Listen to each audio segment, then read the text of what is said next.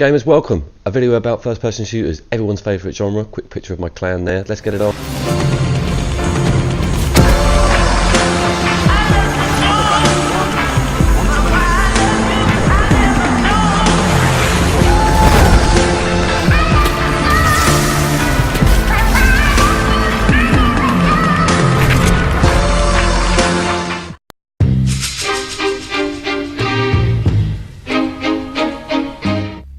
First on the list it's Doom, and if you own this game and you've only played the campaign, then you're in for a very pleasant surprise.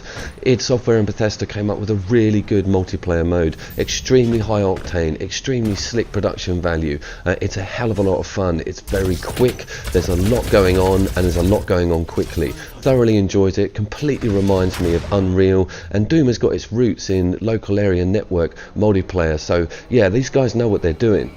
A nice amount of variables on the map types, a nice amount of unlockables for your character and the way you look, and skin colours and different armour types. There's even a section where, just like the other big name FPS games, you can actually pick the skin of your guns. There's a nice sort of incentive when it comes to unlockables with this, and I really enjoy that with a first person shooter, especially on an online one. I like to be able to look at other characters, I like to see their cool skins, the way they look, etc. You've also got quite a lot of map modes in here, and there's quite a lot of selling points with this actual multiplayer mode, and I'll go into them in a second. But yeah, they've done quite a good job. The graphics are great as well. There are a few issues though. There's quite a long wait on load times when it comes to getting in the lobby. I don't know whether that's just because not everyone's playing it, but one of the really cool aspects is that you actually find these runes. They're put down in the map, and you become a demon and you can unlock different levels of demon. But this really changes the game up. You can get a massive kill streak with them. So much fun. The tables are turned obviously when the other team find the rune first, and of course you get sort of stalked and crept up on. It's great. So why did Doom make it onto the list? Well, one simple reason, it's sheer speed and production value. id and Bethesda know what they're doing when it comes to this sort of stuff, and this game is kind of stripped down to the bare bones of what makes a first person shooter so good. I love it. I get involved in some of the other different map modes. My only issues are with the servers are a bit quiet at the moment, and sometimes you kind of get kicked out.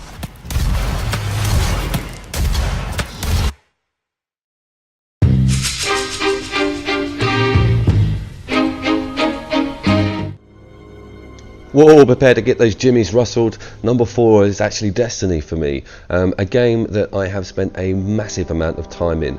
I really do relish playing the Crucible in this game, and they have not mucked about with the amount of effort and time put into it. I do enjoy the different map modes. You've got a lot there, including stuff like Capture the Flag and Skirmishes, and there's always updates. There's the Iron Banner that's out at the moment. There's always new stuff when you go in and have a look, and I think one of the major drawing points for me is a really clever loot system.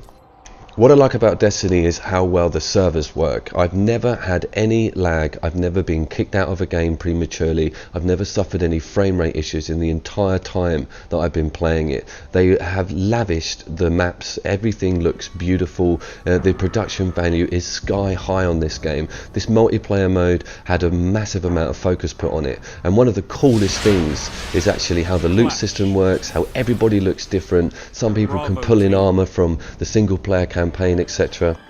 All the weapons are nerfed, i.e. you can't go marching around with a very high-end weapon that you've opened up in the single player campaign, but it's good to have a decent gun that's got a high fire rate on it, etc. I think a lot of people, especially me as an X360 owner, I needed my Halo fix, you know, I needed that future cool, crazy universe to have a first person shooter in, and you know, good high jump in and just crazy graphics and explosions, etc. And I found that in Destiny. It also sort of shakes things up a bit with the heavy weapons drops. You get the chance to get an RPG out once in a while, and of course you've got your special. These can be triggered at least once or twice a game. I usually completely squander and muck that up, but it changes things up. It's a lot of fun. Destiny, one of the strongest FPSs on the current gen systems.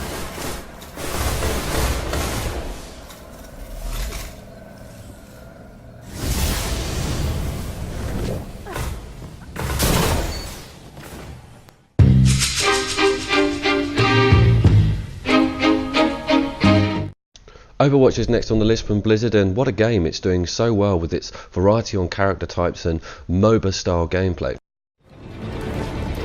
10 seconds. Justice reigns from above. Overwatch has no single player campaign. There's an entire focus on online multiplayer, which isn't really a bad thing because of the amount of polish they put into it. You can actually have a private lobby versus AI with your mates, which is a good idea, and you've got your weekly brawls. One of the things to remember with Overwatch is that it's got a very strong emphasis on being a team player. This is a great and kind of a new idea. The MOBA first-person shooter has got quite popular as a genre recently, and I think Overwatch is kind of the strongest of all of them.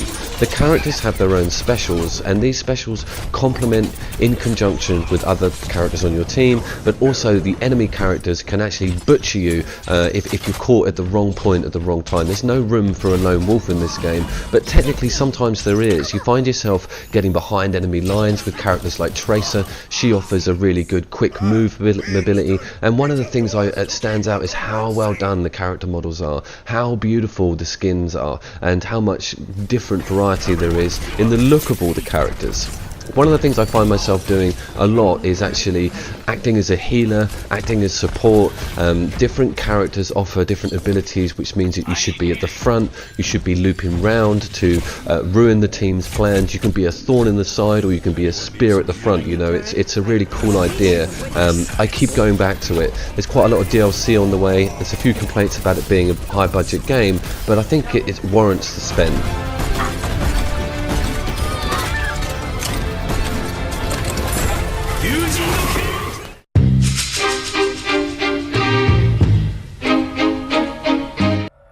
I know I've put it at number 2. This was a really difficult decision for me. Obviously Black Ops 3 is number 2 on the list, and don't get me wrong guys, I've been a Call of Duty fan for nearly 7 years now, so I love it. Black Ops, you're clear.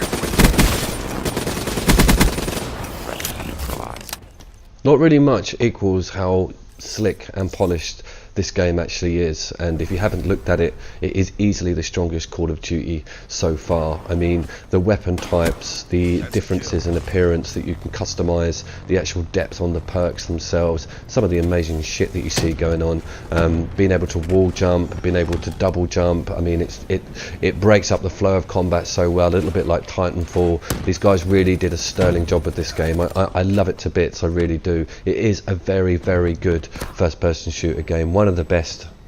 I had to do this really fiddly pros and cons sort of sheet in my brain about why this game is number 2 and the next game's number 1, and there's a few reasons, but you know, Call of Duty Black Ops 3, it's a great package, it's great value for money, it's got a really good online community, it never fails to not work, all the lobbies are always full. Yeah, well deserved number 2 on the list, and here we go, it's time for number 1 guys.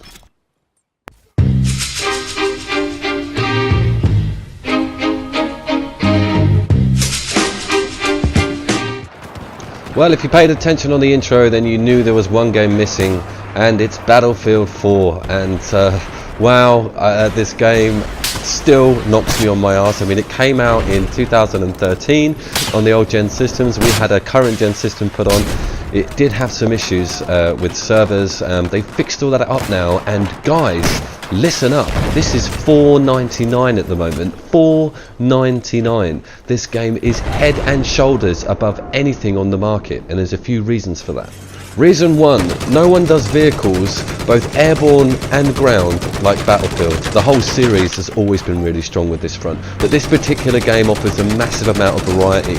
All kinds of crazy stuff happens. You get people ejecting from vehicles, you get helicopters trying to take you out. There's so much going on. Getting in the jets is just awesome. You go so quick, and you've got these bombs and air to air and ground to air, and there's 2 types of jet in this game, including 3 types of helicopter. I mean, just dropping into a game, you have an opportunity to go 2 up in a helicopter or another vehicle straight off the bat, and that's just amazing. You can buddy up with people, you don't even have to have a conversation with them. Absolutely awesome.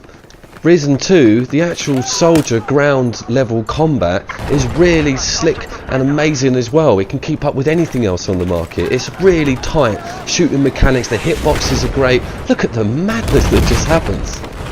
Reason 3, and it's destructible environments. DICE have always done really well on this, and this is such a cool gaming aspect because it means there's no camping, no building is properly safe. You have to look at the material you're hiding behind. Absolutely excellent. Reason 4 for Battlefield 4, and it's the community and how everybody pulls together. There's compulsory objectives, and there's a few of them. The maps are massive.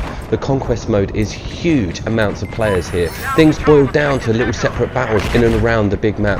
I love this game so much. Well deserves a place on this list, and it well deserves to win. Take care guys, and thank you so much for watching.